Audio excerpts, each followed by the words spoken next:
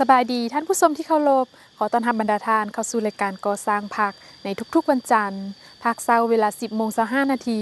และวันอังคารเวลา 15:20 นาทีในรายการก่อสร้างพรรคในมื้อนี้พวกเราจะให้บรรดาท่านได้รับชมข่าวกองประชุมสรุปการจัดตั้งปฏิบัติข้อแข่งขัน4บุกของสาวหนุ่มคณะจัดตั้งศูนย์กลางภาคครั้งที่2และฟังปาฐกถาวันสร้างตั้งสาวหนุ่มประชาชนปฏิวัติลาวครบรอบ62 ปีจากนั้นจะให้บรรดาท่านไปรับชมผลงานและบางบทเรียนการนำพาขององค์คณะพรรคแขวงจำปาสักในการจัดตั้งพันขยายมติกองประชุมใหญ่ครั้งที่10ของพรรคเนื่องในกองประชุมจัดตั้งทั่วประเทศครั้งที่10และมติกองประชุมใหญ่องค์คณะพรรคแขวงของตนตอนต้นนี้พวกเราไปรับชมข่าวกันก่อนในวันที่28 เมษายน 2017สาวหนุ่มคณะจัดตั้งศูนย์กลางพรรคได้จัดกองประชุมสรุปการจัดตั้งปฏิบัติข้อแข่งขัน4บุกประจำปี 2016 โดยเป็นเกียรติเข้าร่วมของสหายปริญญาเอกสอนธนูธรรมวงศ์กรรมการศูนย์กลางพรรคเลขาคณะบริหารงานศูนย์กลางสาวหนุ่มประชาชนปฏิวัติลาวสหายนางวีไลวรรณเพ็งสวัสดิ์คณะพรรคผู้ชี้นำเรียกงานสาวหนุ่มคณะจัดตั้งศูนย์กลางพรรคมีแขกถึกเชิญและสมาชิกสาวหนุ่มคณะจัดตั้งศูนย์กลางพรรค100 กว่าคนเข้าร่วม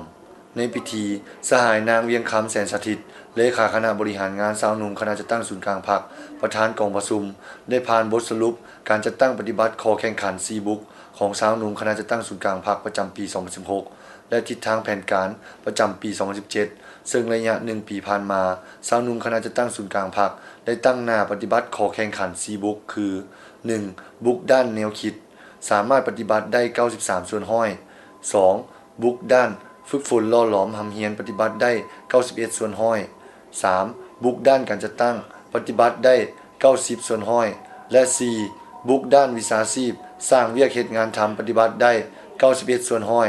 สมาชิกสาวหนุ่มคณะจัดตั้งศูนย์กลางพรรคทั้งหมด136สหายได้รับฮ้องเป็นสาวหนุ่ม4บุกหรือประเภทแข็ง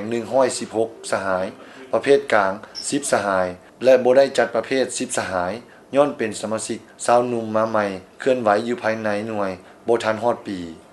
หน่วยสาวหนุ่มที่ขึ้นกับคณะบริหารงานสาวหนุ่มคณะจัดตั้งศูนย์กลางพรรคมี10หน่วยได้รับใบยั่งยืนเป็นหน่วยสาวหนุ่ม4บุกห้อยส่วนห้อยสมาชิกสาวหนุ่มมีความรับรู้และเข้าใจต่อแนวทางนโยบายก็คือทิศทางหน้าที่เวียกงานแต่ละด้านและสามารถตีถอยได้แนวคิดของเดิมขี้ข้านมักง่ายเอื้อยอิงรอคอยและอื่นโดยติดพันกับระบบร่วมชีวิตการเมืองประจำเดือนอย่างเป็นปกติรักษาได้ความสามัคคีอันเป็นปึกแผ่นอยู่ภายในสำนักงานเป็นอย่างดีเฮ็ดให้สมาชิกสาวหนุ่มมีความเติบใหญ่เข้มแข็งไปพร้อมกับขบวนการเทื่อละก้าวมีความรับผิดชอบต่อหน้าที่การเมืองสูงขึ้นหลายสหายได้กลายเป็นมหาชนผู้ก้าวหน้า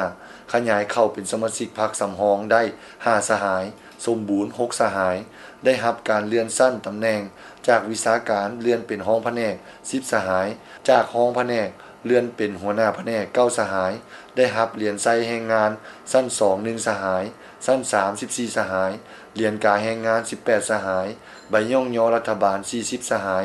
และใบย่องยอจากคณะจัดตั้งศูนย์กลางพรรค36สหาย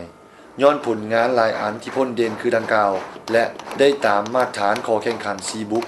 เฮ็ดให้คณะสาวหนุ่มคณะจัดตั้งศูนย์กลางพรรคถือคำฮ้องเป็นคณะสาวหนุ่ม4บุกเป็นครั้งที่2อย่างสมเกียรติในตอนท้ายของกองประชุมผู้เข้าร่วมได้รับฟังคำเห็นโอ้ลมและรับฟังการปาฐกถาวันสร้างตั้งสาวหนุ่มประชาชนปฏิวัติลาวครบรอบ62ปีจากสหายปริญญาเอกสอนธนูธรรมวงศ์ซึ่งสหายได้เล่ามูลเชื่อประวัติความเป็นมาของสาวหนุ่มลาวนับแต่มื้อสร้างตั้งจนฮอดปัจจุบันและเน้นหนักให้สาวหนุ่มคณะจัดตั้งศูนย์กลางพรรครักษามูลเชื่อสาวหนุ่ม4บุกไว้ให้มั่นคงตลอดไป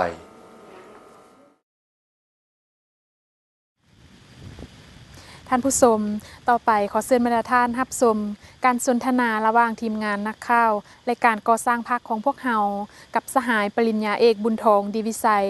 กรรมการศูนย์กลางพรรคเลขาคณะบริหารงานพรรคแขวงจำปาสักในการจัดตั้งพันขยายมติกองประชุมใหญ่ครั้งที่10ของพรรคเนื่องในกองประชุมจัดตั้งทั่วประเทศครั้งที่10และมติกองประชุมใหญ่องค์คณะพรรคแขวงของตนรายละเอียดขอเชิญบรรดาท่านรับชมได้ท่านผู้ชมที่เคารพในโอกาสที่ทีมข่าวคณะบรรณาธิการวารสารก่อสร้างพรรคได้ลงมาเคลื่อนไหวเวียกอยู่ที่แขวงจำปาสักทีมข่าวของพวกเราก็ได้มีโอกาส สนทนาหรือว่าสัมภาษณ์กับสหายปริญญาเอกบุญทองดีวิไซกรรมการศูนย์กลางพรรคเลขาพรรคแขวงเจ้าแขวงจำปาสักซึ่งสหายจะให้พวกเขาได้ฮู้เกี่ยวกับการจัดตั้งผันขยายมติกองประชุมใหญ่ครั้งที่10ของพรรคก็คือการจัดตั้งผันขยายมติกองประชุมใหญ่องค์คณะพรรคแขวงจำปาสักครั้งที่7ซึ่งตอนนี้สหายพร้อมแล้วที่จะสนทนากับทีมข่าวของพวกเขาสบายดี สวัสดี ขอขอบใจที่สหายสละเวลาเข้าร่วมให้สัมภาษณ์ ครับ กับรายการโทรภาพก่อสร้างพรรคของพวกเราก่อนอื่นอยากให้สหายรายงานให้พวกเราฮู้เกี่ยวกับสภาพเวียกงานก่อสร้างพรรคพนักงานภายหลังที่สำเร็จกองประชุมครั้งที่10ของพรรคและก็กองประชุมจัดตั้งทั่วประเทศครั้งที่10มาฮอดปัจจุบันนี้ได้มีการปรับปรุงเปลี่ยนแปลงขึ้นแนวใด ก่อนอื่นก็แสดงความดีใจต่อนักข่าวที่ได้มาเฮ็ดเวียกและก็เยี่ยมยามแข็งของพวกข้าพเจ้าต่อกับคำถามดังกล่าวนั้นพวกเขาก็คือดังพวกทานรับทราบนะการจะตั้งของพรรคเป็นการจะตั้งสูงสุดเรียกว่าเป็นการจะตั้งการเมืองสูงสุดนะเดี๋ยวเป็นคนตัวแทนในส่วนสันกรรมกรทราบผลงานแล้วก็จุดประสงค์ต้นต่อของพรรคเขาก็เพื่อนำพาประเทศชาติให้มีสันติภาพเอกราชประชาธิปไตย เจ้า โดยเหตุ2หน้าที่ยุทธศาสตร์คือปกปักรักษาในพัฒนาประเทศชาติและก็เร่งใส่สร้างให้ประชาชนหน้าเฮานี่หังมีภาสุขเนี่ยประเทศชาติมั่งคั่งเข้มแข็งสังคมมีความสามัคคีปรองดองประชาธิปไตยยุติธรรมและศิวิไลซ์นะ เจ้า แต่ท่านในระยะผ่านมาหันพวกเขาก็สุดที่เอาใจใส่แต่ว่าที่เพราะว่าถ้าว่ามีแนวทางเศรษฐกิจดีแนวทางการเมืองดีแต่ว่าแนวทางการจะตั้งหากบ่สอดคล้องนี่ก็เฮ็ดหยังบ่ได้ เจ้า และสั่งภายหลังกองประชุมใหญ่ครั้งที่10ของพรรคก็คือกองประชุมใหญ่ครั้งที่10ของคณะจัดตั้งศูนย์กลางก็คือกองประชุมใหญ่ครั้งที่7ขององค์คณะพรรคแขวงเขาก็ถือปัญหานี่เป็นปัญหากบของปัญหาเพราะว่าเป็นปัจจัยคนเป็นอันตัดสินต่อมันทุกๆปัญหาคือพอเฮาได้หลังจากกองประชุมสำเร็จนี้พอเฮาก็ได้มาแจ้งการให้บรรดาสหายการนำอยู่ขันแขวงนี่รับทราบผลสำเร็จของกองประชุมจากนั้นแล้วก็นำเอาเนื้อในจิตใจของมติกองประชุมดังกล่าวมาเสื่อมซึมหลายรบหลายตาวอยู่ขันแขวงอยู่ขันเมืองหรือท้องถิ่นว่าซะ เจ้า แล้วก็หลังจากเสื่อมซึมแล้วพวกเขาก็ยังมาพันขยายเป็นอันละเอียดให้มันสอดคล้องกับสภาพหรือจุดพิเศษตัวจริงของแขวงเฮาเป็นต้นเป็นเฮาหันเป็นวิสัยทัศน์แต่นี่ฮอดปี2030แผนยุทธศาสตร์ฮอดปี2025และแผนการหาปีครั้งที่8ฮอดปี2020ซึ่งเป็นอันละเอียดแต่ในนี้อันหลังจากนั้นเนี่ยก็ยังกำหนดเป็นขาดไม้ใหญ่ของแขวงเฮาคือสร้างแขวงจำปาสักเป็นใจกลางทางด้านเศรษฐกิจวัฒนธรรมสังคมแล้วก็เฮ็ดให้ครอบครัวหลายกว่าครึ่งหนึงหังมีเฮ็ดให้ตัวเมืองเป็นเมืองสีเขียวสะอาดสงบน่าอยู่เฮ็ดให้การจัดตั้งในระบบการเมืองนี่หนักแน่นปลอดภัยหนักแน่นและเข้มแข็งเฮาก็ได้วางหลายแต่สำคัญอันของพวกเฮานี่เฮาได้ปรับปรุงระบบการจัดตั้งเฮาโดยเฉพาะแม่นในคณะประจำพรรคแขวงจังซี่นะ เจ้า ผู้เลือกได้ในคณะประจำพรรคแขวงเขาจัดวางใส่แต่ละคงเขตที่ว่าสอดคล้องได้บรรดาสหายเหล่านั้นกับล้วนแต่มีประสบการณ์แต่เฮ็ดหน้าที่ได้เต็มภาระบทบาทของตนเองบรรดากงจักการจัดตั้งที่เห็นว่าบ่เคยมีคณะพรรคพวกเฮาก็เอาคณะพรรคแขวงเฮาให้ลงไปสินับ เจ้า เฉพาะคณะประจำพรรคแขวงผู้หนึ่งบ่เพียงแต่รับผิดชอบในคงเขตเวียกงานของตนเองที่รับผิดชอบยังให้ลงสีน้ำแต่ละเมืองคือว่าจะให้หนึ่งเมืองหนึ่งเดี๋ยวก็แบ่งเวลา1/2ของเวียกหันไปลงสีน้ำแต่ละเมืองเพื่อตอบแก้ปัญหาต่างๆที่เกิดขึ้นอันที่ว่าเฮาเห็นได้นี่เฮาปฏิบัติระบอบแบบแผนวิธีเฮ็ดเวียกของการนำพาเฮาตามหลักการร่วมศูนย์ประชาธิปไตยคือว่า1เดือนนี่เฮาประชุมเทื่อนึงในคณะประจำแก้ไขปัญหาได้ก็ว่างสรุปเวียกงานที่เฮาเฮ็ดได้แล้วก็วางแผนในเดือนต่อไปฮอด3เดือนเฮาประชุมครบคณะได้ฮอด6เดือนนี่เฮาประชุมใหญ่แล้วก็มีการสำรวจกวดกาว่าตีราคาแล้วก็อันดีอันอ่อนแล้วก็รายงานให้คันถึง 9 เดือนแล้วก็1 ปีเฮาเฮ็ดเป็นประจำตัวนี้คือว่าสามารถเฮ็ดให้ภายในเฮาเข้าใจต่อเวียกงานแล้วก็สร้างความสามัคคีเป็นเอกภาพในภายในในการจะตั้งปฏิบัติได้ดีนอกจากนั้นอีกบรรดาตามคำสั่งของนายกแล้วก็นี่การซับซ้อนบรรดาแขนงการที่ว่ายุบเขานะเป็นต้นแม่นแขนงยาเสพติดบ่ยุบมาปกสว่าจังซี่นะบ่แฮบ่ยุบมาอยู่พนักงานบ่แฮบ่จังซี่นะหรือว่าชนบทจังซี่มาอยู่ในกสิกรรมบ่จังซี่นะก็ถือว่าปรับตามขอตกลงของเพิ่นหั่นผ่านการจัดตั้งปฏิบัติที่ว่าเฉพาะการจัดตั้งนี่พอเฮาก็ถือว่าเฮ็ดได้ดีแต่ในหันนั้นดีพิเศษอีกในแขวงเฮามี191หาคารแล้วก็มี 1,553 หน่วยพักมีสมาชิกพรรค21,000 กว่าสหายพวกเฮาก็ได้เลือกเป็นหน่วยพรรคเข้มแข็งหน่วยพรรคแข็งสมาชิกพรรคเข้มแข็งแล้วก็สมาชิกพรรคแข็งตามลำดับในแต่ละระยะอันนั้นได้เฮ็ดมาแล้วก็ประเภทพนักงานดีเด่นพนักงานดีเป็นพวกเฮาได้เฮ็ดบ้านเข้มแข็งบ้านพัฒนาเนาะกลุ่มบ้านพัฒนาอย่างต่างๆเฮาก็เฮ็ดที่ว่ามาฮอดปัจจุบันการจะตั้งพรรคเฮานี่ได้กวมที่ว่าบ้านขาวนี่บ่มีและกรมกองขาวบ่มีเฮากวมเป็นส่วนหลายที่ว่าสะดวกหลายถ้าเทียบแต่นี่อันนั้นเป็นผลการนำพาของอ้ายน้องในการจะตั้งปฏิบัติของ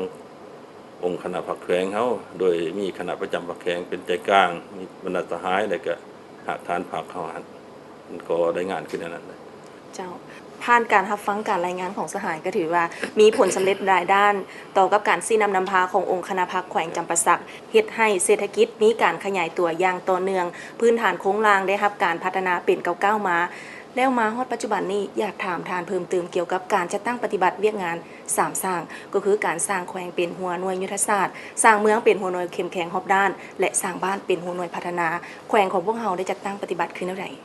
จะโต้ปัญหาดังกล่าวนี้เป็นปฏิบัติตามคำสั่งของกรมการเมืองเลขที่25เนาะเจ้าแล้วก็เลขที่34ของนายกหั่นเป็นพวกเฮาก็เอาใจใส่แต่หัวที่คือกันเพราะว่าเวียงานซ้ำสร้างเป็นเวียงานยุทธศาสตร์แล้วก็เวียงานเป็นใต้หั่นแหละของระบบการเมืองแล้วก็เป็นบทเรียนที่มีผลสำเร็จที่เพิ่นถอดถอนมาในระยะปลดปล่อยศาสตร์พุทธมาฮอดปัจจุบันนี่ถ้าว่าเฮาบ่เฮ็ดเวียกนี่ก็บ่มีความหมายหยังเพราะว่า3สร้างนี่มันได้บอกว่าสร้างแข็งเป็นหัวหน่วยยุทธศาสตร์สร้างเมืองเป็นหัวหน่วยเข้มแข็งรอบด้านได้สร้างบ้านเป็นหัวหน่วยพัฒนาแต่ว่าเนื้อแท้มันหั่นเป็นเฮาจะเห็นในสีเนื้อในสีขันไม้ตัวนี้นี่พวกเฮาอยู่แขวงเฮานี่มันมี10เมืองเนาะแต่ว่าเฮาได้เฮ็ดทดลอง3สร้างอยู่3เมืองมี6ไม้แต่ก่อนจะเฮ็ดนี่พวกเฮาก็เฮ็ดตามการสีน้ำแล้วก็มีการกาเกี่ยมกันหยังลง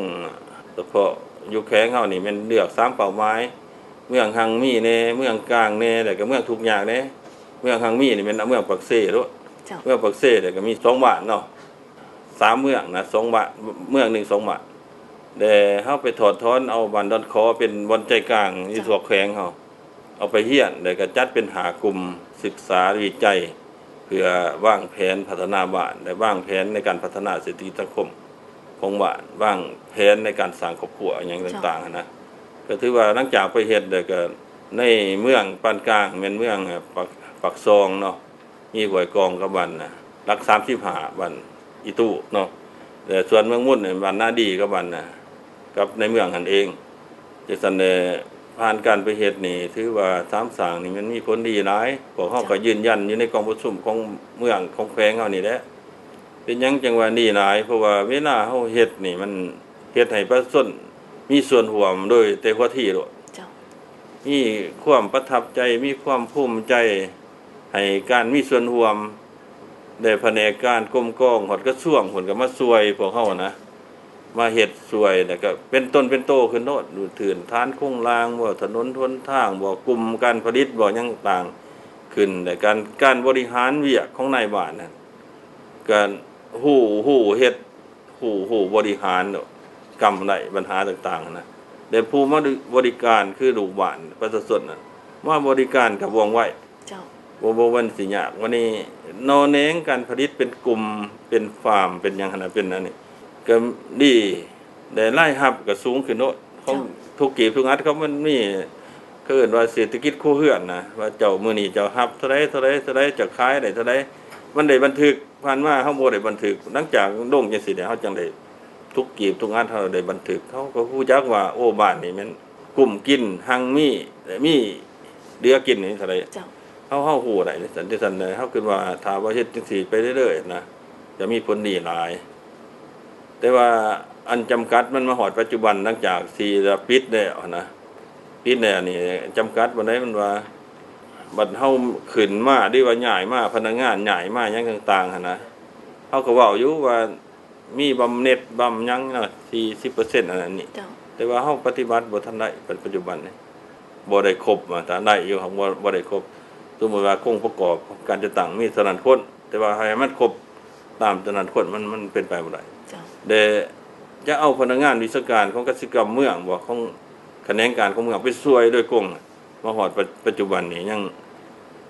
บ่ทันได้เฮ็ดถึงขนาดนั้นถามว่ามีบ้านซ้ำสางคือเมื่อก่อนนี่มัน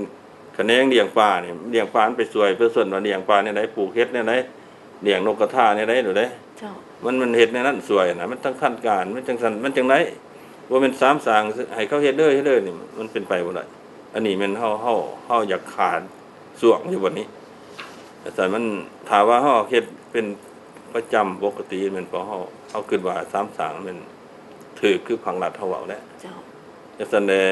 ในทิศต่อไปเฉพาะเวียงงานสามสางพอเฮาก็ได้วางแผนตื่มอีกเฉพาะแขวงเฮามี10เมืองใน7เมืองเฮาจะเฮ็ดหมดเดี๋ยวก็เฮ็ดเมืองนึง2 วัน2 วันหมดขาดไม้ฮอดปี2020นี่ให้มันได้ความสนายแต่ว่าสมทบกับเฮ็ดมีจุดสุมได้เฮ็ดตัวไปคือกันตัวไปเฮาก็จะเฮ็ดจะหันลง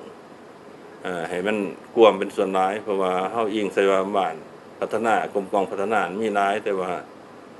อันสิ่งคุณภาพของมันหั่นนะบ่ทันสูงเขาจะปรับปรุงคุณภาพตัวนี้มันสูงขึ้น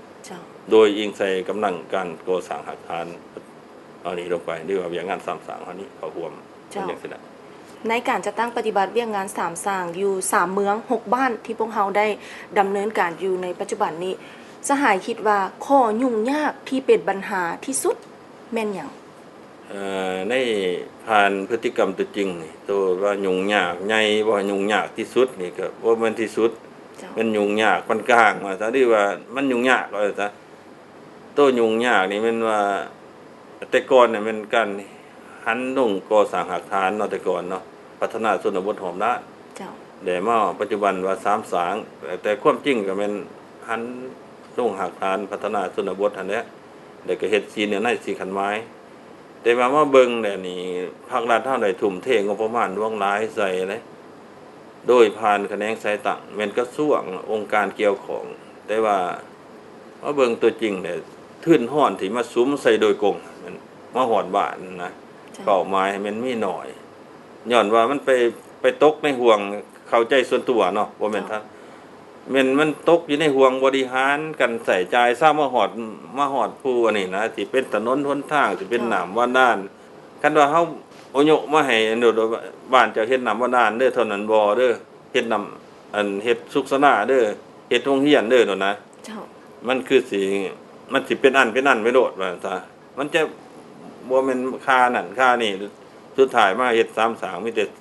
น้อยเดียวใน100มีอยู่30สมมุติจังซี่นะเจ้าอันนี้มันขอยุ่งยากเขาจะว่าคันว่าเปลี่ยนทิศทางได้คือแต่ก่อนเนาะแม่นเพิ่นให้ผู้ไปเฮ็ดนี่ก็มีอัตรามีน้ำมูกน้ำมันไปเฝ้าอยู่หั่นนะไปฮู้อันหายอันดีของประชาชนเกิดขึ้นในแต่ละวันน่ะเขาสามารถแก้ไขได้อันนี้พนักงานเฮายังอยากเห็นปัญหาว่าโอ้ข่อยนี่ไปกระสอบไปในป่าในดงยังทำบ่พอบ่มีน้ำมูกน้ำมันบ่มีอันอยู่อันกินบ่สามารถไปนอนอยู่กับเขาได้แต่ท่านเฮาขึ้นว่านี่ควรเปลี่ยนวิธีได้กลับคืนไปหาวิธีที่รุ่นลุงรุ่นอ้ายเพิ่นเฮ็ดว่าไปลงฟังน้ำเขานอนน้ำเขาเงียงฮู้ฟังน้ำเขาแต่กลุ่มบ้านแต่ละบ้านไปนะอาจจะบ้านนี่เดือนนึงอาจจะบ้านนั้น2เดือนยังไปจังซั่นนะเด็กก็บ้านนี่ควรแก้ไขหยังเฮาจะแก้ปัญหาที่เกิดขึ้นอันใดไว้กว่าจังซั่น มันจะตัดขาดว่าขี่ม้าส้มสวนไปดอกเบิ่งมีหยังไว้สภาพบ้านเจ้าได้แต่เท่านั้นแหละคันว่าบ่มีนั่นน่ะหรือว่าถ้าท่านสมัยใดก็โทรศัพท์มาได้งานข่อยเขาก็ว่าดีแต่ว่าตัวจริงมันนั่นได้อันน่ะคันเฮาบ่ไปเบิ่งกับตัวจริงเจ้าอันนั้นนะเฮาคิดว่าเฮาอยากให้เพิ่นสิ่งที่เพิ่นลงทุนบ่หมายว่ามันเกินความสามารถของภาครัฐบาลเฮามันได้เอาตามตัวจริงที่มีไปให้มันได้สร้างสาตัวจริงโลดเจ้าอันนั้นแน่นั่นนะเจ้าอันนั้นแม่นข้อยุ่งยากในการจัดการปฏิบัติเรื่องงานสามสร้างตามที่สังคมได้ก็จะรวมมีทางด้านงบประมาณทางด้านบุคลากรในฐานะที่ท่านเป็นคณะพรรคคณะนำมีวิสัยทัศน์ในการแก้ไขปัญหาดังกล่าวนี้คือแนวใดคือข้าพเจ้าว่าวังยานี่แหละมีแต่ว่าทื่นฮ้อนที่มีหน่อยอยู่แล้วอยากให้มาใส่โดยกงโลดบ่ให้มันผ่านขอดบริหารนี่หลายอันที่2ตัดรายจ่ายขอดบริหารลงให้มันเป็นเฮ็ดอันกิจกรรมตัวจริงโลดอันที่2พนักงานที่ลงไปต้องเป็นพนักงานที่มีวิชาการที่วิชาการหมายความว่าปลูกฝังก็ฮู้จักปลูกข้าวฮู้จักปลูกหมากไม้กินหมากฮู้จักเลี้ยงเป็ดเลี้ยงไก่เลี้ยงปลานะให้แนะนำเขาจะนะสร้างเจ้าลงไปหันสิสร้างจักครอบครัวเป็นตัวแบบอย่างป่าจักครอบครัวปลูกผักดิสินะให้มันเป็นจังซั่นโดดบ่แม่นว่าพนักงานน้อยหรือว่าพนักงานสัญญาจ้างหยังไปนะสามารถนำพาเฮ็ดได้เจ้าแม่นแนวนั้นมันจังสิได้เจ้าและในโอกาสสุดท้ายนี้ทานอยากเรียกร้องหรือว่ามีคำเห็นแนวใด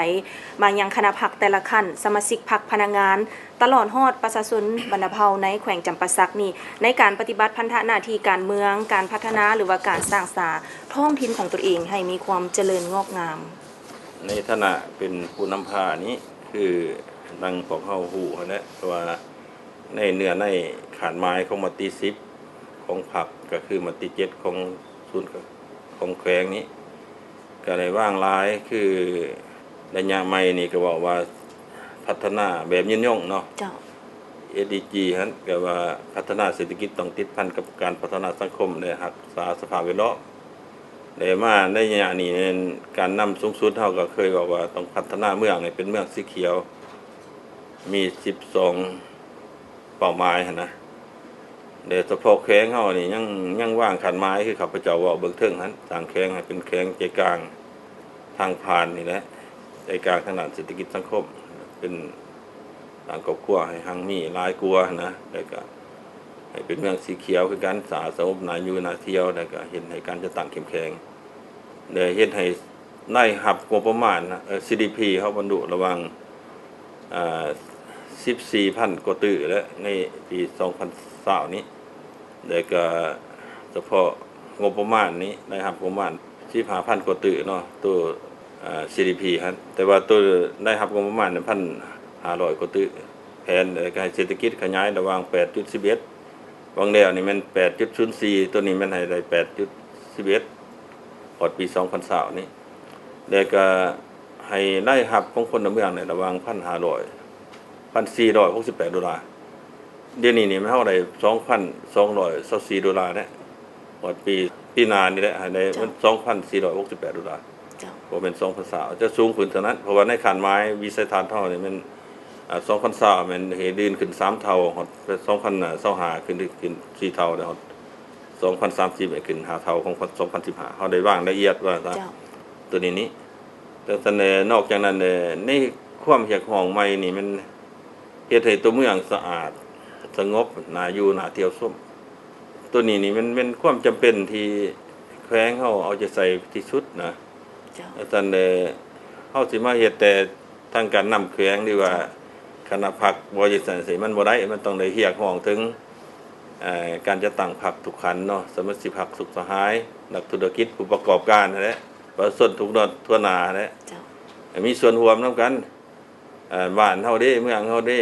แล้วก็ถิ่นฐานเฮาเด้เฮาเป็นลูกหลานของบรรพบุรุษเฮาเด้เฮาต้องเสริมขยายมูลเสือดังกล่าวนี่ให้ดีขึ้นกว่าเก่าเสริมขยายมูลเสือที่พวกเฮาพากันเฮ็ดได้นี่ให้ดีกว่าเก่าให้แข็งแรงกว่าเก่าเฮ็ดให้แขวงจำปาสักมีการพัฒนาดีขึ้นไปเรื่อยๆนั่นแหละเฮ็ดให้ได้รับเฮาก็สูงเฮ็ดให้ความสะอาดสวยงามให้แขกหลั่งไหลเข้ามาเที่ยวชมเนาะเฮาสิเอาแนวอื่นบ่ได้แหละมันมีแต่หาให้เขาเจ้ามาเที่ยวมาดินมากินนะจับมาจ่ายเป็นรายรับของเฮาหั่นแหละอันนี้มันทางแห้งของแขวงเฮาแหละ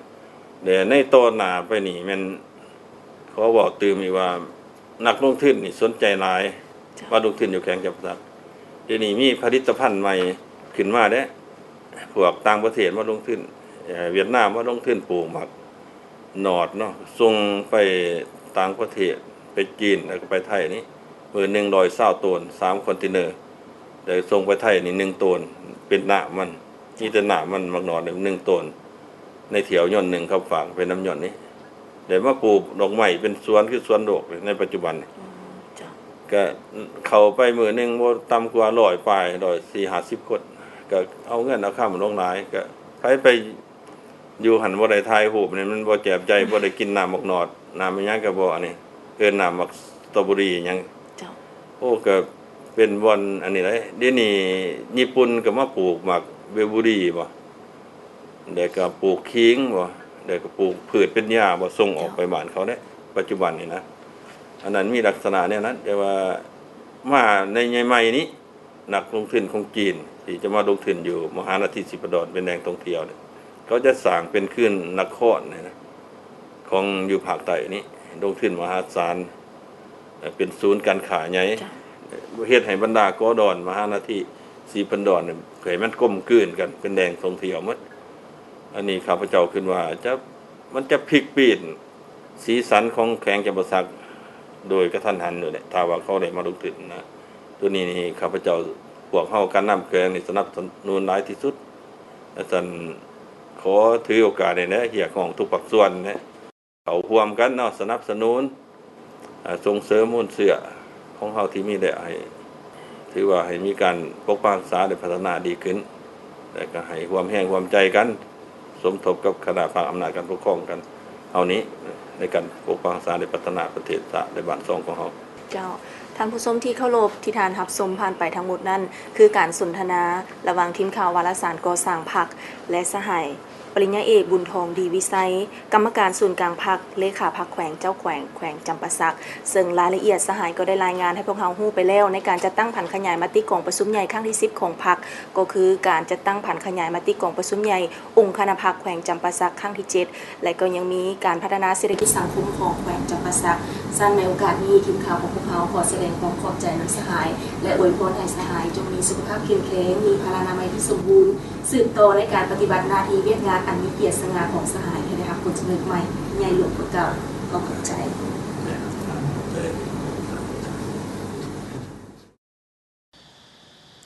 เจ้าทั้งหมดนั้นก็แม่นเนื้อในรายการก่อสร้างพรรคประจำอาทิตย์นี้ถ้าหากท่านผู้ชมมีคำตำหนิติชมประการใดก็สามารถติดต่อเข้ามาได้ที่สำนักงานคณะจัดตั้งศูนย์กลางพรรคคณะบรรณาธิการวารสารก่อสร้างพรรคหมายเลขโทรศัพท์021911227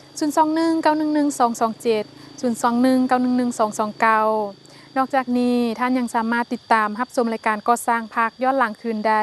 ที่ทาง YouTube และ Facebook เพียงแต่ท่านพิมพ์ภาษาลาวคำว่าก่อสร้างพรรคในช่องค้นหาก็สามารถรับชมรายการย้อนหลังคืนใดท้ายนี้ขอขอบใจผู้ที่ให้การสนับสนุนโดยตลอดมารัฐวิสาหกิจวิศวกรรมคมนาคมบริษัทลาวโทรคมมหนีพิธีกรพร้อมด้วยทีมงานขอลาท่านผู้ชมไปก่อนพบกันใหม่ในมื้อหน้าสำหรับมื้อนี้สบายดี